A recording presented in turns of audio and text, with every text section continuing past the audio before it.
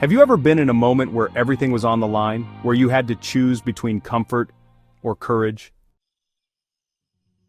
Her name was Esther. And no, she wasn't born into royalty. She was born an outsider, an orphan, a Jewish girl in a Persian empire. But the world didn't know. This girl was about to change history.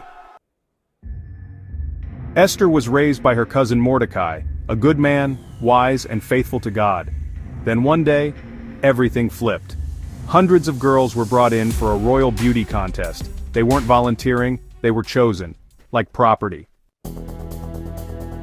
Esther, she didn't beg for attention, she didn't push or fake.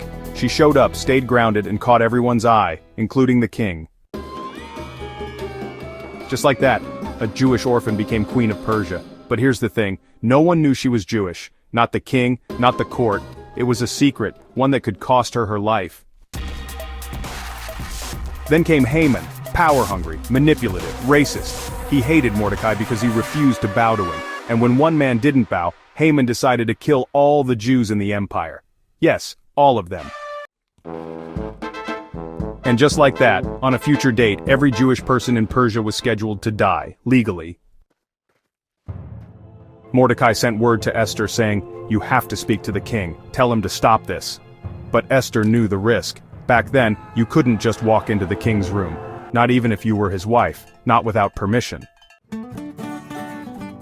If he didn't lift his golden scepter, you'd be killed on the spot.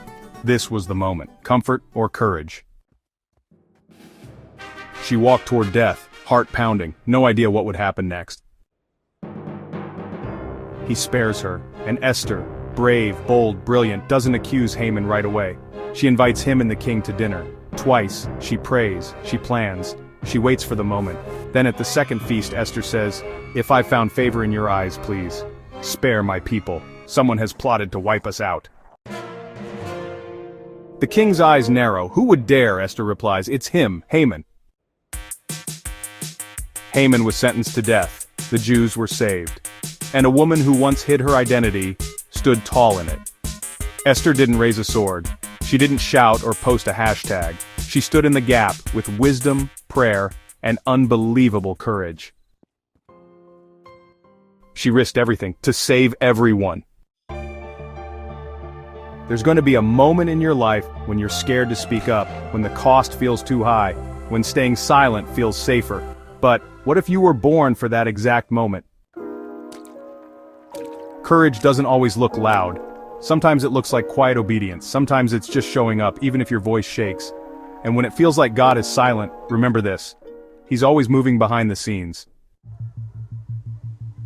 If this story moved you, share it. Because someone out there might need the courage to step into who they were born to be.